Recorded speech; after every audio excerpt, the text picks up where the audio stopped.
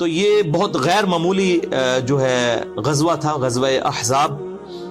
اسی لیے اس غزوے کے بعد اس حوالے سے اللہ تعالیٰ نے اپنی کمنٹری ارشاد فرمائی، وہ سورۃ الاحزاب میں آئی، اور اسی نسبت سے اس کا نام سورۃ الاحزاب ہے. غزوہ بدر کے حوالے سے آپ نے سورۃ الانفال پڑھ کے دیکھ لیں، اور اسی طریقے سے غزوہ تبوک کے حوالے سے سورہ التوبہ پڑھ کے دیکھ لیں، اور یہ غزوہ خندق، غزوہ احزاب کے حوالے سے مسلسل 2 رکوع جو ہیں وہ اسی کے اوپر ہیں، آیت نمبر 19 سے لے کر 27 تک.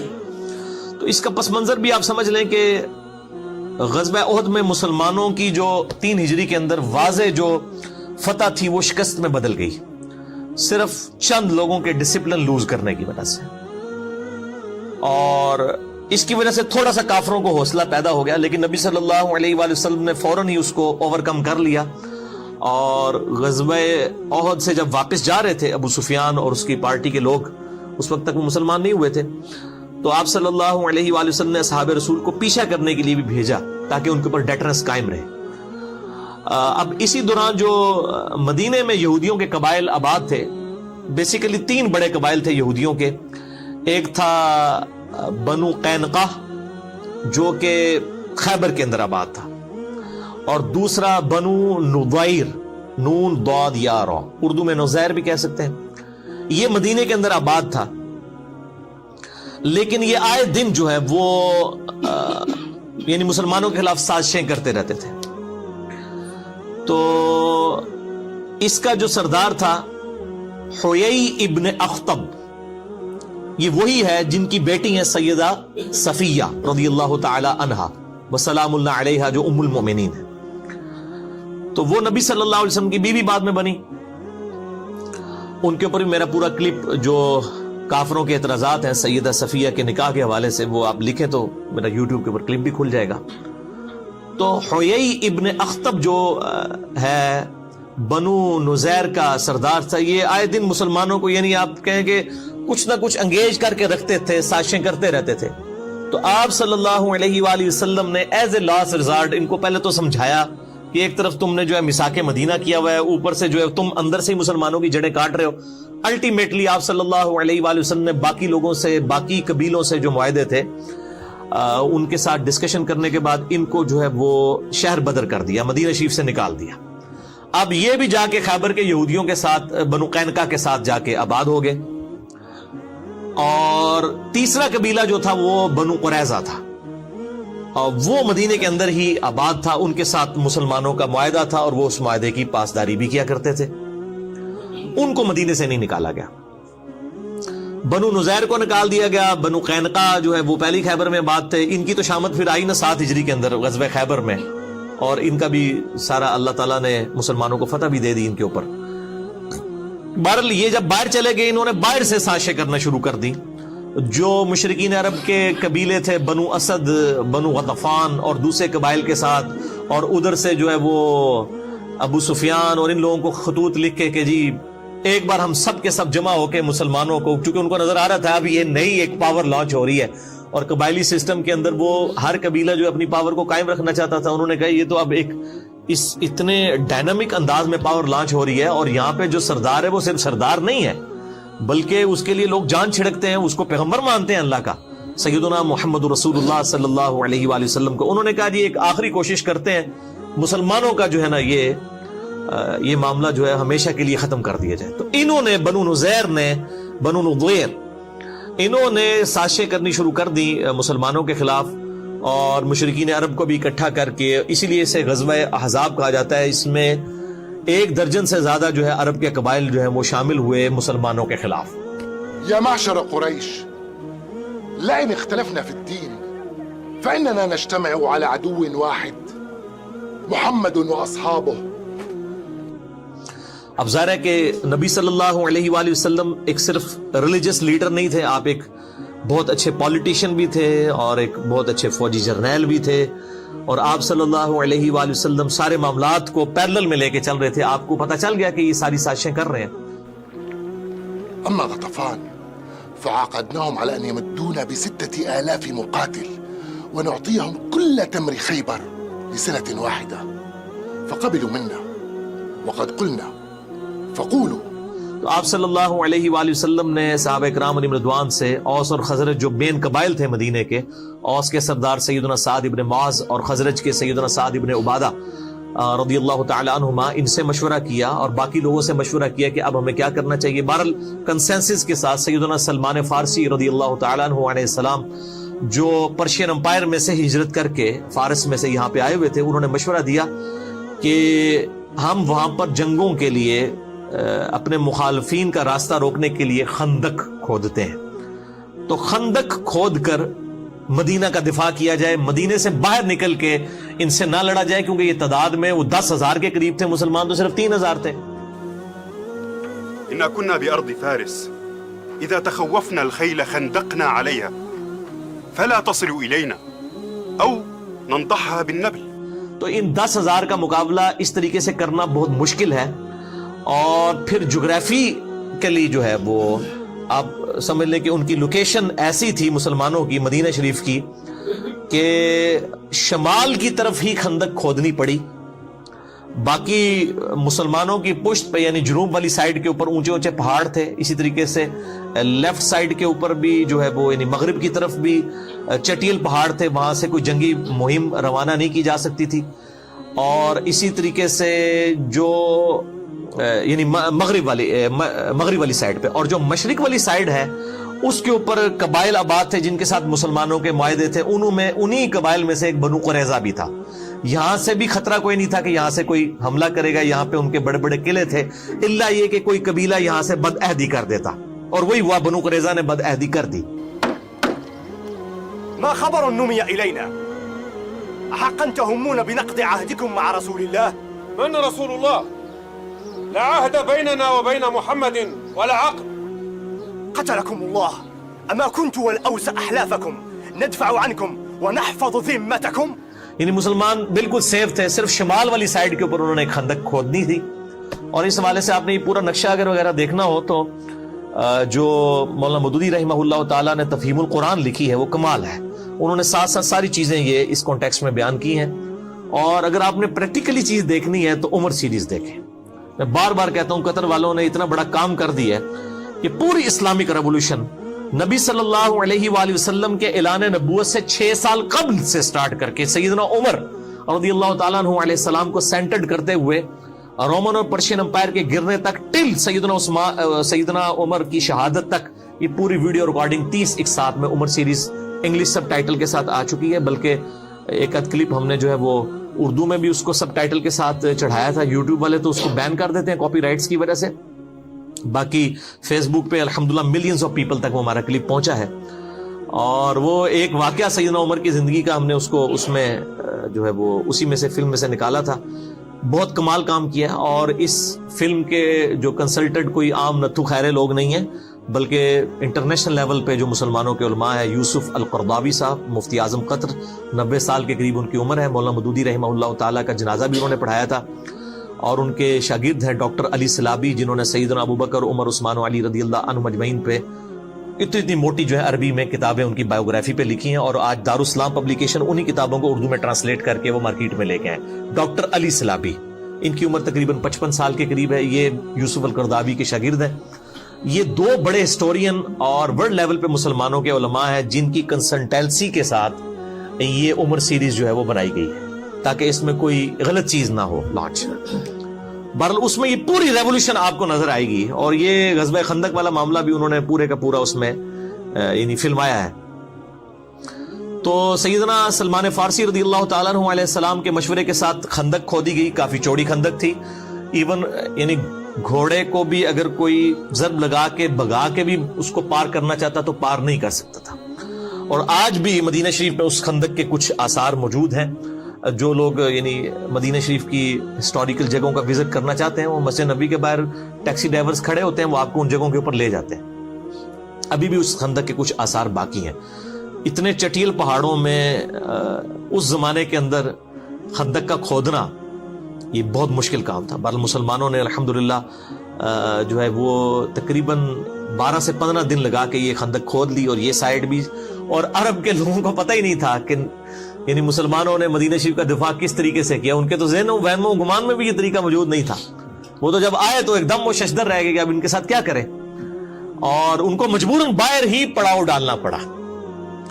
اور اب ظاہر ہے کہ اس طرف تو آ نہیں سکتے تھے، وہ اتنی بڑی خندق کو پھلانگے ہی نہیں جا سکتا تھا، خندق کے اندر ہی گریں گے، گر گئے تو اوپر سے ان کو تو صرف پتھر مار کے مارا جا سکتا تھا. تو تقریباً 25 دن تک انہوں نے پڑاؤ کیا، اور سخت سردیاں تھیں، اور پھر آپ کو پتہ ہے سردیاں ہوں ریگستانی علاقے کی تو رات کے وقت تو لگ پتہ جانا ہے جنہوں کے اندر ہے. تو بہرحال اللہ تعالیٰ نے غیبی مدد فرمائی، پھر ٹھنڈی ہوائیں چلی، ان کے خیمے تک اکھڑ گئے سردی کی وجہ سے. وہ 25 دن کے پڑاؤ کے بعد جو ہے وہ وہاں سے چلے گئے، اور اللہ تعالیٰ نے بغیر جنگ کے مسلمانوں کو فتح عطا فرمائی. لیکن یہ اتنی مشکل غزوہ تھا کہ یعنی اللہ تعالیٰ نے اتنے، جس کو کہتے ہیں نا، شدید الفاظ کے ساتھ کسی اور غزوے کا ذکر نہیں کیا جتنا سورۃ الاحزاب میں غزوہ خندق کا ذکر کیا ہے، کہ یہ مسلمانوں کو اللہ تعالیٰ بات ہے ہم نے ہلا کے رکھ دیا، اتنی بڑی آزمائش ان کے اوپر ڈالی. اور یہاں پر مومنین اور منافقین کا فرق بالکل ظاہر ہو گیا، کیونکہ موت سامنے نظر آ رہی تھی. تو منافقین جو ہے وہ ان کا نفاق کھل کے ان کی زبانوں سے نکلنا شروع ہو گیا. اسی کا ذکر آپ ان آیات میں سنیں گے بھی کہ یار یہ تو نبی صلی اللہ علیہ وسلم نے اور اللہ نے نعوذ باللہ ہمارے ساتھ جھوٹے جو ہے وہ وعدے کیے تھے، اور یہ تو جناب موت ہمارے گلے پڑ گئی ہے، ہماری بیویاں بھی پیچھے مطلب وہ بے آسرا ہو جائیں گی، اور ہمارے لیے تو ٹوائلٹ جانا مشکل ہو گیا ہے. اور یہ نبی جو ہے میں کہہ رہا ہے کہ رومن اور پرشین امپائر گریں گی، کیونکہ وہ دلائل النبوہ امام بیہقی کی کتاب میں آتا ہے نا، مسند احمد میں بھی آتا ہے کہ ایک اسی خندق کے موقع پر ایک پتھر نہیں ٹوٹ رہا تھا، بہت بڑا پتھر.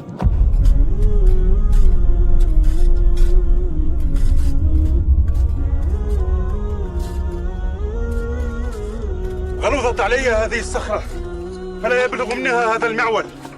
قد سمعك رسول الله يا سلمان. تو نبی صلی اللہ علیہ وسلم کو آ کے شکایت کی گئی، تو آپ صلی اللہ علیہ وسلم نے اس پہ 3 دفعہ کدال مارا اور وہ ریزہ ریزہ ہو گیا. پہلی دفعہ جب کدال مارا تو آپ صلی اللہ علیہ وآلہ وسلم کے لیے ایک روشنی ظاہر ہوئی، صحابہ نے نہیں وہ دیکھی، یعنی آپ صلی اللہ علیہ وسلم کو ظاہر ہوئی.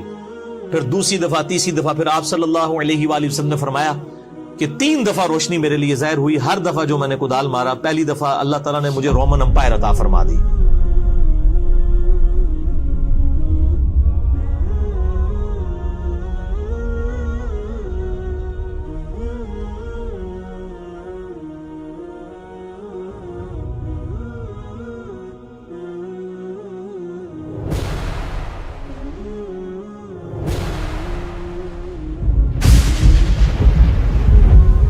اس کے خزانے جو ہیں وہ اللہ تعالیٰ نے مجھے عطا فرما دیے. دوسری دفعہ مارا فرمایا اللہ نے مجھے پرشیا بھی عطا فرما دیا، دوسری سپر پاور بھی گئی. اور تیسری دفعہ فرمایا اللہ نے مجھے یمن بھی عطا فرما دیا. اور منافقین جو تھے اوپر سے کلمہ گو مذاق اڑا رہے تھے کہ ہم تو ٹائلٹ جانے سے مجبور ہوئے ہیں، اور یہ پیغمبر ان کو کہہ رہا ہے کہ رومن اور پرشین امپائر گرے گی. یہاں تو یہ ان عرب کے قبائل کا مقابلہ نہیں کر پا رہے، تو یہ رومن اور پرشین امپائر کیسے یعنی گرائیں گے؟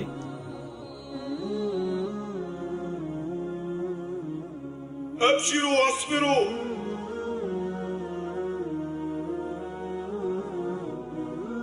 فوالله ما يبلغ القوم منا شيئا فإن رسول الله قد ضرب صخرة مستغلظة 3 ضربات لمعت معها 3 برقات، وكان يبتسم في كل مرة. فلما سأله قال: أما الأولى فإن الله فتح علي بها الشام، والله إني لأبصر قصورها الحمر إن شاء الله. أما الثانية فأعطيت بها مفاتيح فارس.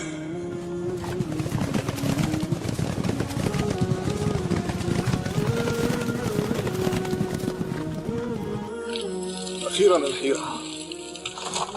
اللهم أنجز وعدك ووعد رسولك. فوالله لقد سمعته يبشر بها أول ما جهر بدين الله، وهو مستند بظهره إلى الكعبة يد الناس، وهم بين مصدق ومكذب ومستهزئ.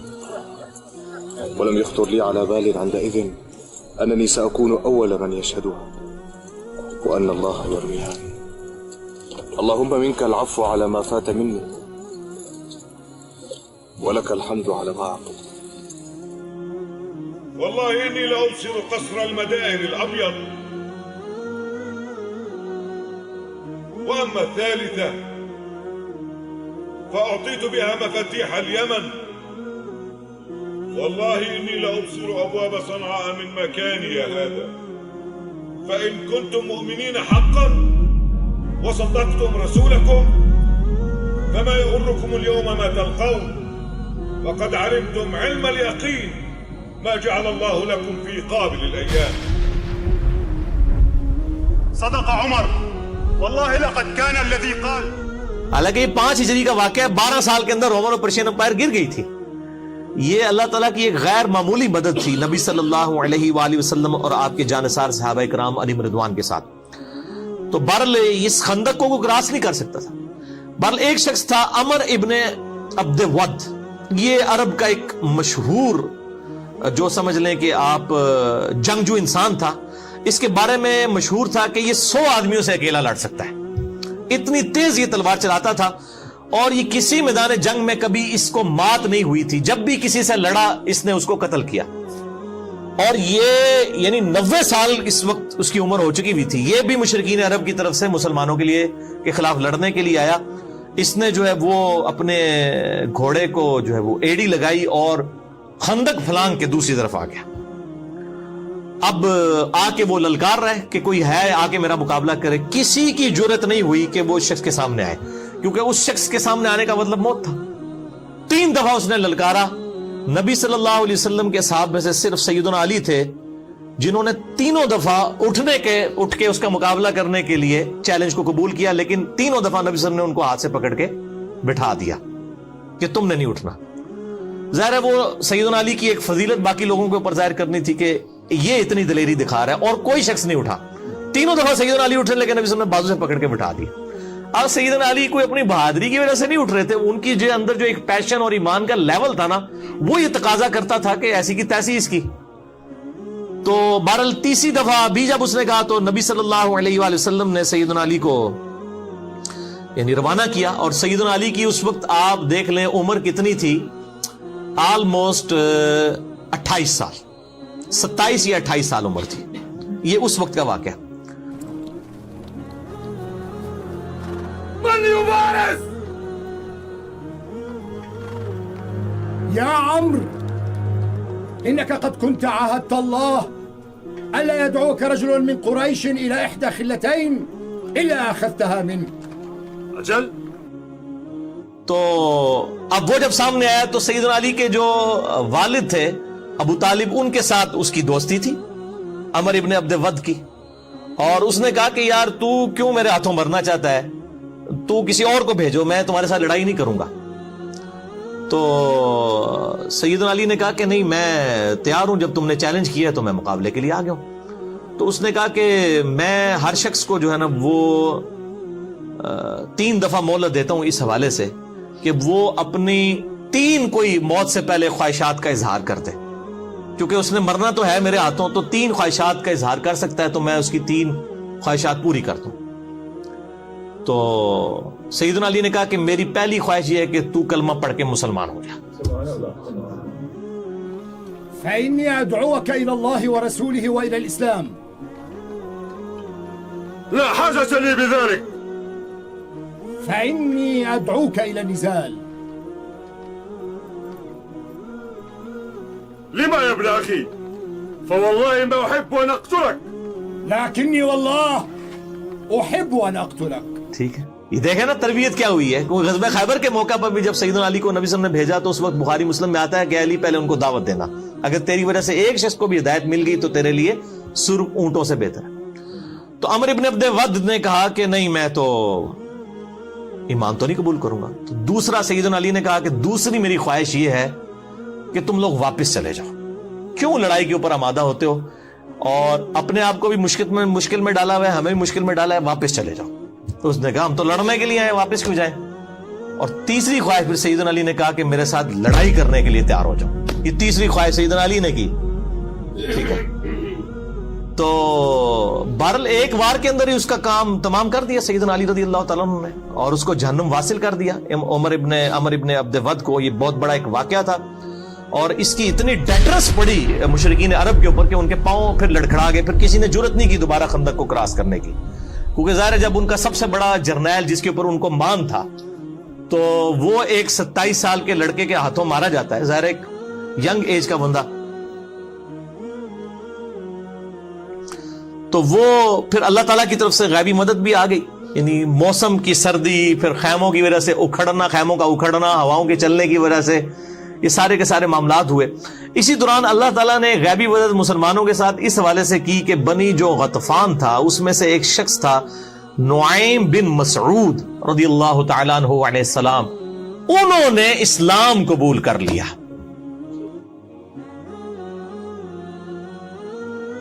من الرجل؟ نعيم بن مسعود من غطفان. ويلك ما جاء بك وقومك قد صنعوا بنا ما صنعوا. ألست ابن الخطاب؟ خذني إلى رسول الله. كيف قلت؟ مسلم أنت؟ لیکن انہوں نے اپنے اسلام کا اظہار کسی سے نہیں کیا. چپ کر کے نبی صلی اللہ علیہ وآلہ وسلم کے خیمے میں آئے اور کہا یا رسول اللہ صلی اللہ علیہ وآلہ وسلم، میں آپ کو اللہ کا پیغمبر مانتا ہوں، آپ میرے ذمہ کوئی کام لگائیں کہ اس جنگ کی صورتحال میں کوئی ایسا کردار ادا کر دوں کہ یہ جنگ ٹل جائے. اور اس نے ایک یعنی مشورہ سامنے رکھا، اور ظاہر ہے کہ جنگ تو ہے ہی دھوکے کا نام. صحیح بخاری و مسلم میں احادیث موجود ہے. ظاہر ہے کہ وہ جنگ کے اندر یہ معاملات کرنے پڑتے ہیں. بال یہ جو کہا جاتا ہے نا محبت اور جنگ میں ہر چیز جائز ہے، یہ غلط ہے. محبت تو غیر محرم عورت کے ساتھ بغیر نکاح کے رشتے کے ویسے ہی حرام ہے. تو محبت تو صرف بیوی کے ساتھ کی جا سکتی ہے، بچوں کے ساتھ، ماں باپ کے ساتھ جو رشتے ہیں. تو جنگ کے اندر البتہ جنگ دھوکے کا نام ہے، اس میں دھوکہ دیا جا سکتا ہے، لیکن دھوکے میں بھی یعنی کوئی عہد کی خلاف ورزی نہیں کی جا سکتی. وہ مسئلہ نمبر 87 میرا ریکارڈڈ ہے اسلامی ڈیموکریسی کے اوپر اور اسلامی حکومت کو چلانے کے جو 3 بنیادی اصول ہیں اس حوالے سے.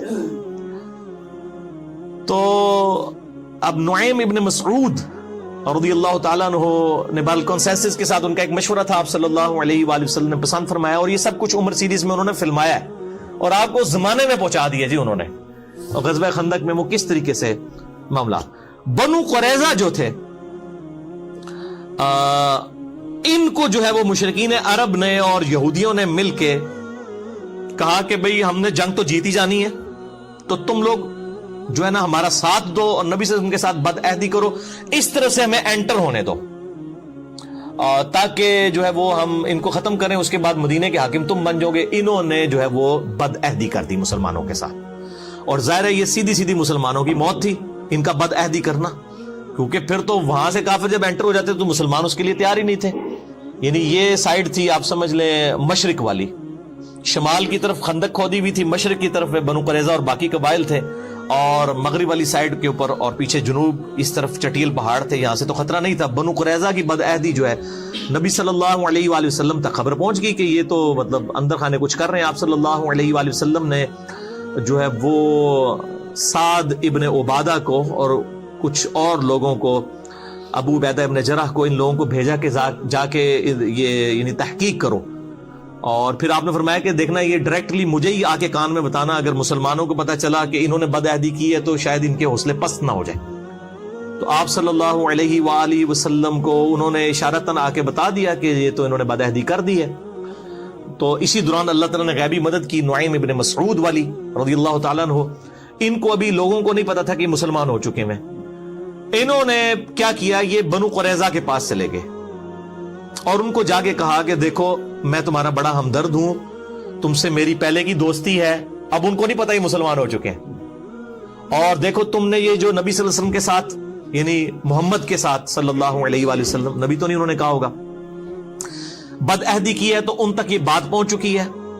اور یہ دیکھ لینا کہ یہ قریش کے ہیں، الٹیمیٹلی قریشیوں نے قریش کا ہی ساتھ دینا ہے، ابو سفیان وغیرہ نے.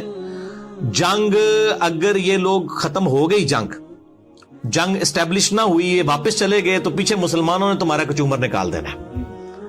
تو اس کا حل یہ ہے، اور یہ اندر سے انہوں نے پلان کر لیا ابو سفیان نے اور مسلمانوں نے مل کے اس حوالے سے، یعنی ان کو دل ان کا اس طرف سے انہوں نے کھٹا کیا.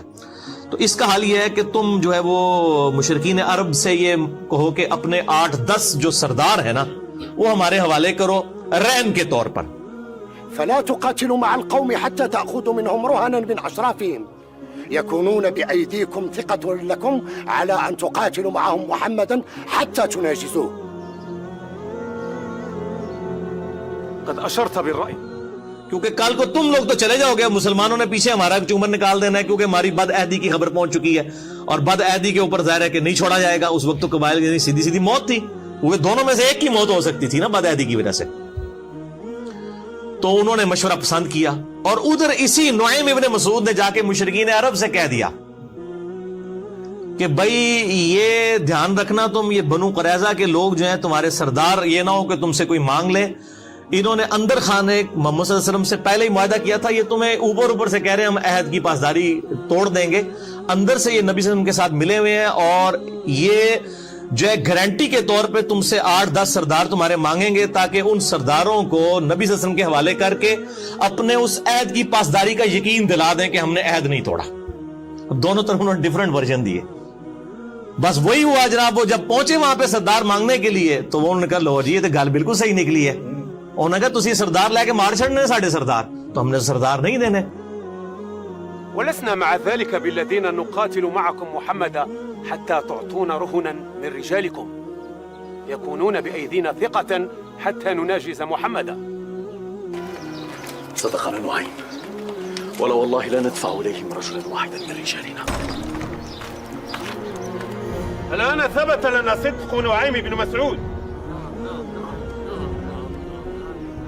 لا والله لا نقاتل معهم حتى يعطون رهنا. اس کی وجہ سے ان کی آپس میں کنفیوژن ہوئی, اور وہ بنو قریظہ والا معاملہ جو ہے وہ ٹھپ ہو گیا. ان کو پتا چل گیا کہ یار یہ تو مطلب واقعی تو چلے جائیں گے, پیچھے ہماری شامت آ جائے گی. اور اسی دوران پھر دوسری غیبی مدد آئی, جو سردیوں میں ٹھنڈی ہوائیں چلیں اور ان کے خیمے اکھڑ گئے, اور ظاہر ہے کہ ان کے پاس جو راشن تھا وہ بھی ختم ہونا شروع ہو گیا. بل مسلمان بھی بہت تکلیف سے گزر رہے تھے, ان تکلیف کا ذکر بھی ان آیات کے اندر آئے گا. تو آپ حیران ہوں گے کہ مسلمانوں کو کس لیول تک آزمایا گیا. بہرحال الٹیمیٹلی اللہ تعالیٰ نے مسلمانوں کو اس حوالے سے سرخرو کیا. اور بخاری اور مسلم میں حدیث آتی ہے, جب وہ واپس چلے گئے تو نبی صلی اللہ علیہ وسلم اپنی زرہ اتارنے لگے تو سیدنا جبرائیل علیہ السلام آ گئے انسانی شکل میں. انہوں نے کہا یا رسول اللہ, وہی تو فرشتوں نے اپنی زرہیں نہیں اتاری ہیں, آپ نے کیوں اپنی زرہ اتار دی ہے؟ بنو قریظہ سے بد عہدی کا بدلہ لینا ہے, کیونکہ وہ تو مسلمانوں کو مروانے لگے تھے, یہودیوں کا قبیلہ. تو آپ صلی اللہ علیہ وآلہ وسلم نے فرمایا, بخاری اور مسلم دونوں میں موجود ہے, آپ نے فرمایا کہ اب تم لوگ, آپ نے سیدنا علی کو اور کچھ اور اصحاب کو لشکر دے کر روانہ کیا, اور حکم فرمایا کہ عصر کی نماز نہیں پڑھنی مگر بنو قریظہ میں جا کر. يا معشر المسلمين يا معشر المسلمين إن الله قد أمر نبيه ألا يضع السلاح حتى يسير إلى بني قريظة. من كان سامعا مطيعا فلا يصلين العصر إلا في بني قريظة. اور یہ وہی حدیث ہے جس میں نے پہلے بھی کئی دفعہ بیان کیا کہ صحابہ کے 2 گروہ ہو گئے, عصر کی نماز قضا ہو رہی تھی, کچھ لوگوں نے راستے میں پڑھ لی, کچھ لوگوں نے وہاں جا کے مغرب کے وقت میں عصر پڑھی کہ نبی علیہ السلام کا حکم تھا. بیسیکلی تو آپ یہ کہنا چاہ رہے تھے جلدی وہاں پہنچو, لیکن بعد میں آپ صلی اللہ علیہ وآلہ وسلم نے کسی کو کوئی اس پہ قدغن نہیں لگائی. جنہوں نے ظاہری حدیث کے اوپر الفاظ پہ عمل کیا ان کو بھی مطلب ان پہ بھی کوئی گرفت نہیں کی, اور جنہوں نے اس کی تھیم کو فالو کیا کہ راستے میں نماز پڑھ لی اور قضا نہیں ہونے دی, ان کو بھی کچھ نہیں کہا. بہرحال وہاں پر پہنچ گئے. اب بنو قریظہ کے لوگ, اب ظاہر ہے ان کو پتا تھا انہوں نے کیا حرکت کی ہوئی ہے. انہوں نے کہا کہ ہمیں نبی صلی اللہ علیہ وآلہ وسلم کا فیصلہ قبول نہیں ہے, ہمارے ساتھ اگر کوئی ثالثی والا کردار کرنا ہے اس حوالے سے تو سعد ابن معاذ جو اوس کے سردار ہیں, چونکہ وہ مدینے کے رہنے والے تھے, ان کے ساتھ ان کی دوستی بھی تھی زمانے جاہلیت کی. انہوں نے کہا کہ سعد ابن معاذ ہمارے لیے لینیٹ ویو رکھیں گے, حالانکہ وہ نبی صلی اللہ علیہ وآلہ وسلم سے فیصلہ کرواتے تو شاید ساروں کو ہی چھوڑ دیا جاتا, زیادہ زیادہ شہر بدر کر دیا جاتا ان کو. آپ صلی اللہ علیہ وآلہ وسلم کی طبیعت میں شفقت کا پہلو غالب تھا. بالوں نے خود اپنی موت کو آواز دی. سعد ابن معاذ جو تھے ان کو اس دوران گھٹنے میں تیر لگا ہوا تھا, بل وہ اسی حالت میں, اور اسی میں انہوں نے دعا کی تھی کہ اے اللہ اگر آج کے بعد مشرکین عرب مسلمانوں پر چڑھائی نہیں کریں گے تو اے اللہ اسی زخم کو میرے لیے کھول دے اور شہادت کا باعث بنا دے کہ میں نے نبی صلی اللہ علیہ وسلم کا جتنا دفاع کیا اس حوالے سے مشرکین عرب کے خلاف میں نے جو ہے وہ حضور کا ساتھ دیا. اور یہی وہ شخص ہے سعد ابن معاذ جس کی وجہ سے مدینے میں نبی صلی اللہ علیہ وسلم اسٹیبلش ہوئے تھے. دعوت الله إن أبقى شيئا من حرب قريش أن يبقيني لها,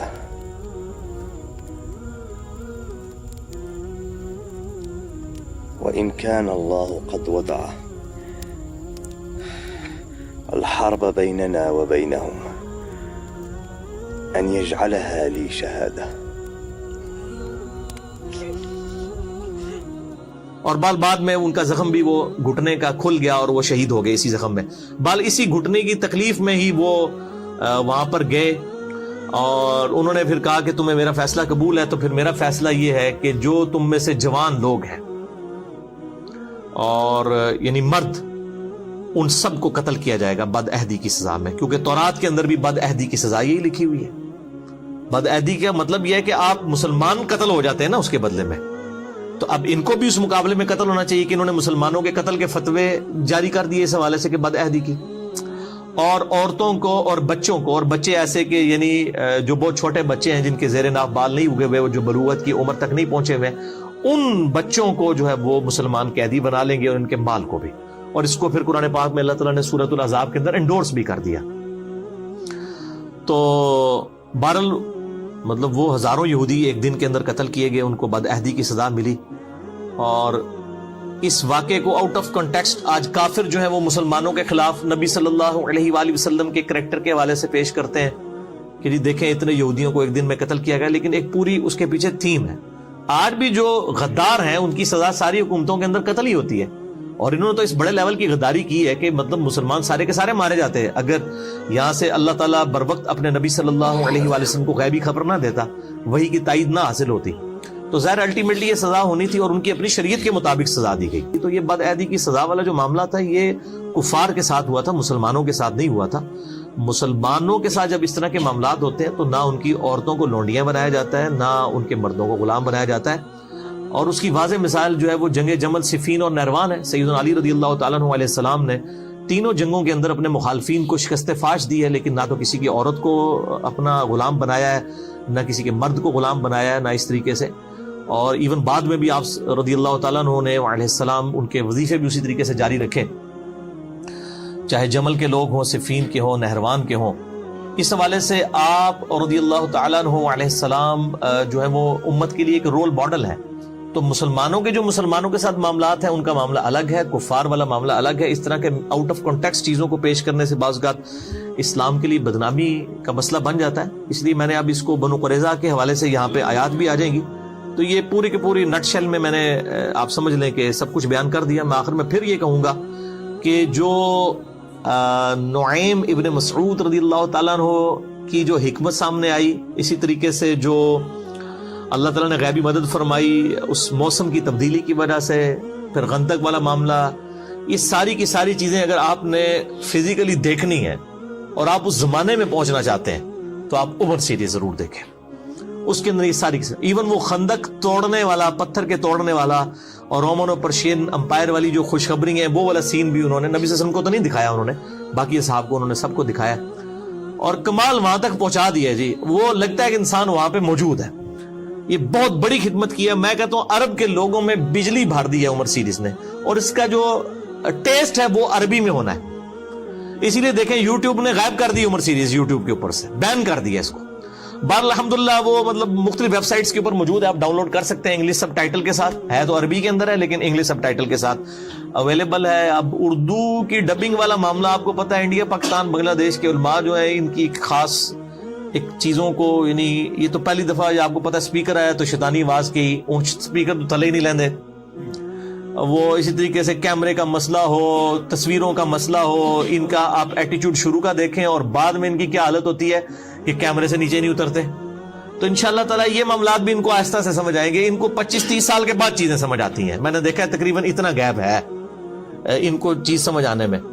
تو بہرحال اس وقت جو لوگ یعنی کئی مطلب لاکھوں کیا کروڑوں مسلمان ہیں جو رات کو اس وقت تک نہیں سوتے جب تک کہ ہالی ووڈ کی کوئی فل فلم نہ دیکھ لیں, تو ہم ان کو ضرور مشورہ دیں گے کہ آپ عمر سیریز تو دیکھیں. As far as picturisation is concerned کسی بھی ہالی ووڈ کی فلم سے وہ کم فلم نہیں ہے. انہوں نے واقعی اس زمانے میں پہنچا دیا ہے اور ملینز آف ڈالر خرچہ کر کے قطر والوں نے, اہل سنت ہیں اور اہل سنت کے علماء کی کنسلٹیشن کے ساتھ, ڈاکٹر علی سلابی اور یوسف القرضاوی اور باقی علماء, ان کی کنسلٹیشن کے ساتھ یہ ویڈیو بنی ہے. انگلش جس کو آتی ہے وہ سب ٹائٹل کے ساتھ اس کو روک کے دیکھ سکتا ہے, انجوائے کرے گا. آپ عربی بھی آپ کی بڑی امپروو ہوگی, اور عربی بھی انہوں نے وہ قرآنک عربی جو ہے وہ بادیہ نشین عربک والوں کی عربی استعمال کی ہے, وہ آپ کو ٹیسٹ فیل ہوتا ہے, آپ کو لگتا ہے آپ قرآنک عربی سن رہے ہیں. پھر جو ایک عربیوں کا سٹائل ہے، عربی یا پٹھان، ان دونوں میں ایک چیز کامن ہے، یہ آپس میں نارمل گفتگو بھی کر رہے ہو نا تو تیسرے بندوں کو آپس میں لڑتے ہوئے دکھائی دیتے ہیں. یہ ان کا نیچرل سٹائل ہے گفتگو کرنے کا. ابھی آپ عربی دیکھیں نا، بڑا تیز تیز اونچی آواز میں بولنا، حالانکہ وہ نارمل گفتگو کر رہے ہوتے ہیں. اس طرح ہمارے جو KPK کے جو لوگ ہیں ان کو بھی آپ دیکھیں گے تو انہوں نے وہی کلچر اڈاپٹ کیا ہے. یہ طارق جمیل والا سٹائل نہیں تھا صحابہ کرام علیہم رضوان کا گفتگو کرنے کا آپس میں، عرب سٹائل وہی تھا. آپ دیکھیں سیدنا عمر کا بھی، اور وہ تو سارے مطلب ڈائلاگ جو انہوں نے لکھے ہیں وہ تو حدیث کی کتابوں میں موجود ہے. وَيْحَكَ تیرا ستیہ ناس ہو، یہ یعنی ان کی ایک آپ سمجھے تکیہ کلام ہوا کرتا تھا جب بھی کوئی اس طرح کی چیزیں یعنی رپورٹ ہوئی ہیں. جیسا کہ سیدنا عمر کا انہوں نے دکھایا کہ جب وہ شہادت کے زخم میں تھے تو سیدنا مغیرہ ابن شعبہ نے وہاں پہ مشورہ دے دیا کہ آپ اپنے بیٹے عبداللہ بن عمر کو اپنے بعد خلیفہ نامزد کر دیں. اور یہ مغیرہ ابن شعبہ رضی اللہ تعالیٰ عنہ جنہوں نے حضرت معاویہ کو بھی یزید کو ولی عہد بنانے کا مشورہ دیا تھا، تو اور انہی کے غلام نے سیدنا عمر کو بھی شہید کیا تھا. تو انہوں نے اس زخم میں جب یہ بات کی تو پھر سیدنا عمر نے وَيْحَكَ، ٹھیک ہے، تباہ و برباد ہو جا تو، تیری ہلاکت ہو، تو اس طرح کے مشورے مجھے دے رہا ہے. نبی صلی اللہ علیہ وسلم کوئی بادشاہ تو نہیں تھے، وہ تو اللہ کے پیغمبر تھے. أدلك عليه يا أمير المؤمنين، استخلف ولدك عبد الله بن عمر. قاتلك الله، والله ما أردت الله بهذا. لا أرب لنا في أموركم، وما حمدتها فأرغب فيها لأحد من أهل بيتي. تو آپ نے پھر 6 رکنی کمیٹی بنائی جو صحیح بخاری میں آتا ہے، سیدنا علی، عثمان، طلحہ، زبیر، سعد بن ابی وقاص، عبد الرحمن بن عوف رضی اللہ عنہم اجمعین، اور 7واں بندہ عبداللہ بن عمر کو مشورتاً شریک کیا اور کہا کہ اس کو کسی نے خلیفہ نہیں چننا، ان 6 میں سے کسی کو چننا ہے. ولكني جعلتها شورى. في 6 مات رسول الله وهو عنهم راض: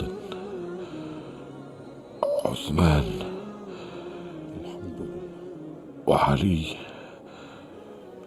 وطلحة والزبير وعبد الرحمن بن عوف وسعد بن أبي وقاص، فليجتمعوا في بيت أحدهم ويتشاوروا ثم يختاروا منهم رجلا.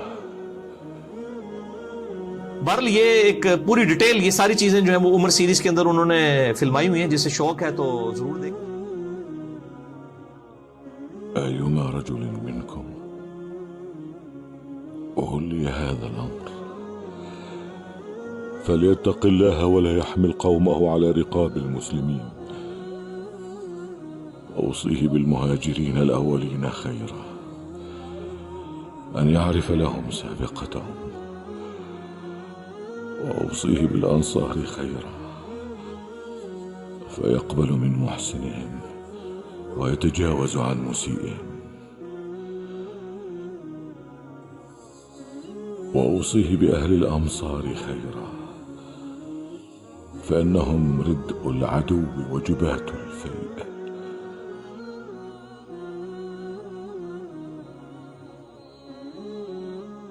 وأوصيه بأهل البادية خيرا فإنهم أصل العرب ومادة الإسلام. وأوصيه بأهل الذمة خيرا أن يقاتل من ورائهم ولا يكلفهم فوق طاقتهم.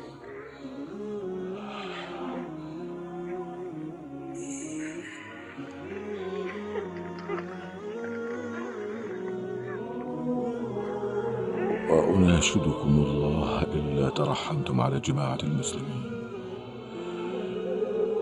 فأجللتم كبيرهم ورحمتم صغيرهم ووقرتم عالمهم، ولا تضربوهم فيذلوا ولا تستأثروا عليهم بالفيء فيغضبوا، ولا تجعلوا المال دولة بين الأغنياء منكم، ولا تغلقوا أبوابكم دون الناس فيأكل قويهم ضعيفهم. هذه وصيتي إلى من يخلفني، وأشهد الله عليه.